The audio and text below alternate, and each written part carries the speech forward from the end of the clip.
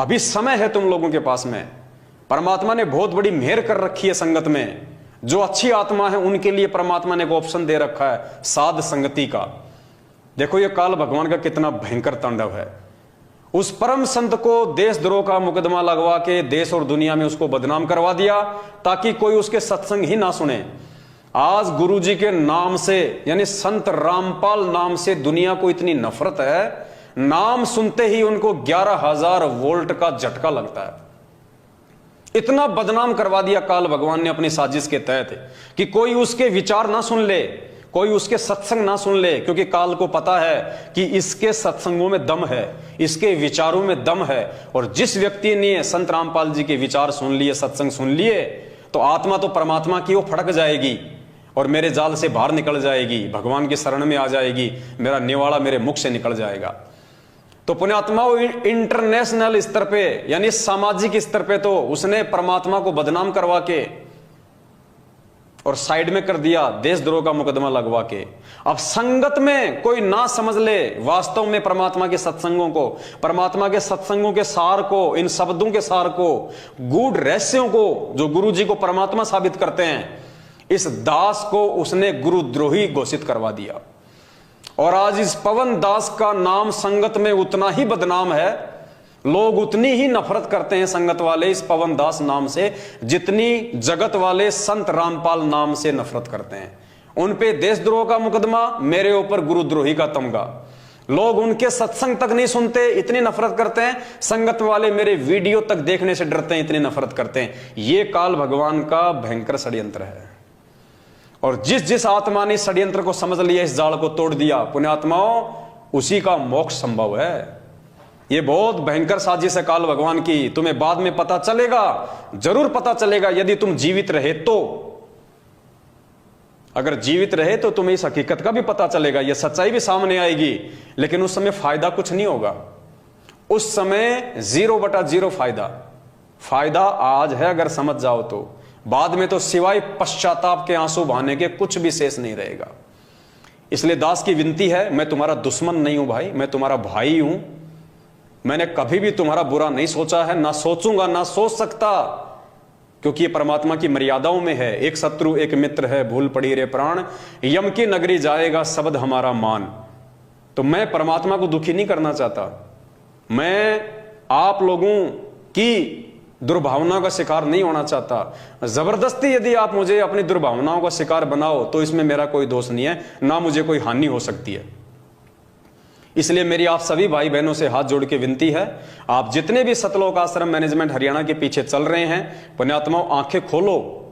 और परमात्मा कहते हैं, कहे कबीर सोए जन मेरा, जो नीर खीर का करे निबेरा। गुरुदेव कहते हैं, मेरा असली भगत वो है जो सही और गलत दोनों में से सही की पहचान कर लेगा।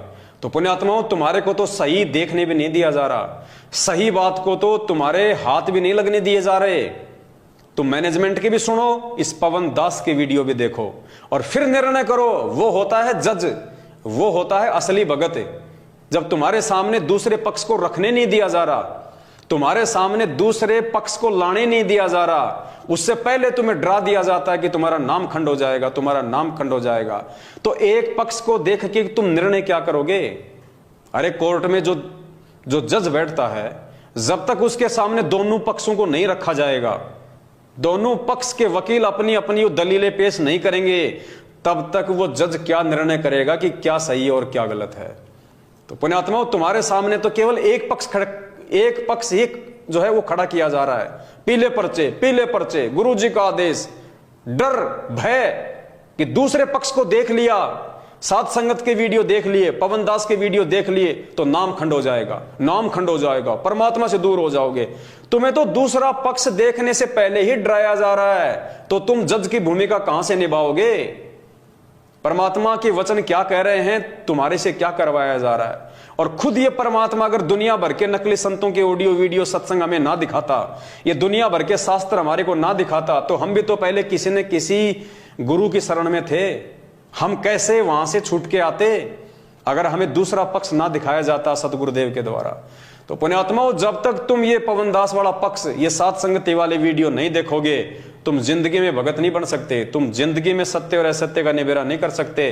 पुण्यात्माओं, ये महाभारत के बाद आपने जो भविष्यवाणी पढ़ी है ना कि महाभारत के बाद एक और महाभारत होगा, ये है वो असली महाभारत। सतगुरु रामपाल जी भगवान की संगत में ये है वो असली महाभारत, सतसेवक वर्सेस मैनेजमेंट। और इस महाभारत में जिस जिस व्यक्ति ने भीष्म, कर्ण और द्रोणाचार्य की भूमिका निभाई, उसका बक्कल उतरेगा, बक्कल आए दिन उतर रहा है। और जिसने इसमें धर्म युद्ध में विदुर की भूमिका निभाई, परमात्मा उसकी रक्षा करेगा। तो ये निर्णय आप लोगों के ऊपर है। मैं तो 7 साल से भोग ही रहा हूं, आगे भी भोगता रहूंगा जब तक परमात्मा का आदेश होगा। और आप सभी भाई बहनों से हाथ जोड़ के पुनः निवेदन करता हूं, पुण्यात्माओं, छोटा भाई समझ के, अरे चलो ये सोच लो मेरे वीडियो देखने से तुम्हारा नाम खंड होता है, अरे तो नाम तो तुम फिर भी शुद्ध करवा लेना, वैसे भी तो महीने में एक बार तो तुम शुद्ध करवाते ही हो। ये तो है नहीं कि तुम मर्यादा में हो, मर्यादा तो सबकी टूटी हुई है। फिर भी तुम्हें लगता है कि तुम युधिष्ठिर हो, तुम धर्मपुत्र हो, तुमसे कोई मर्यादा नहीं टूटती है, तुम बिल्कुल अखंड हो। तो भाई दास की विनती है, एक बार तो नाम खंड कर लो, देख लो इस दास के वीडियो, उसके बाद में नाम शुद्ध करवा लेना। व्यवस्था तो है ही नाम शुद्ध करवाने की, ऐसा तो है नहीं कि व्यवस्था नहीं है। जगह जगह इन्होंने गली गली में नाम शुद्ध करने की व्यवस्था कर रखी है। आराम से जाना, और तुम्हें लगे कि पवनदास के वीडियो में कोई दम नहीं है, कोई सच्चाई नहीं है, हमारे मतलब की कोई चीज नहीं है, तो जाके अपना नाम शुद्ध करवा लेना। और वैसे भी नाम शुद्ध करवाने की जरूरत नहीं है। परमात्मा कहते हैं जब तक दोनों पक्षों की देखोगे नहीं, जब तक सही और गलत को देखोगे नहीं, तो मालूम कैसे पड़ेगा। तो मात्र सही और गलत को देखने से नामखंड नहीं होता। सही और गलत को देखने के बाद में यदि आप सही को छोड़ के और आप गलत का साथ दोगे, तब आपकी मर्यादा खंड होगी। तो वो निर्णय तो फिर आप स्वयं कर लेना कि कौन सही और कौन गलत है। इसलिए पुण्यात्माओं, दास की विनती है, बाकी आपके अपने संस्कार, आपकी अपनी मर्जी। तुम कुएं में पड़ोगे तो मैं जबरदस्ती नहीं कर सकता भाई, तुम जहर खाओगे तो तुम मरोगे। दूध पीने वाला पवनदास नहीं मर सकता, अमृत पीने वाले मेरे भाई बहन नहीं मर सकते, जो जहर पिएगा वो मरेगा। तो भाई निर्णय कर लेना, समय ज्यादा नहीं है। तुम लोग मैनेजमेंट के साथ मिलकर जहर पी रहे हो या साध संगतियों में आके अमृत पान कर रहे हो। बस दास की इतनी सी विनती है। बाकी आप सभी लोग समझदार हैं, ये कलयुग की पिछली पीढ़ी है, गोबर कोई नहीं खाता, सब लोग अनाज खाते हैं, इतनी बुद्धि सब रखते हैं। फिर भी बीच बीच में समझाने की आवश्यकता जहां पड़ेगी दास समझाता रहेगा। बस आज के लिए इतना, फिर परमात्मा दया करेंगे, फिर आप सभी भाई बहनों के सामने एक नई जानकारी, एक नया वीडियो लेके आएंगे।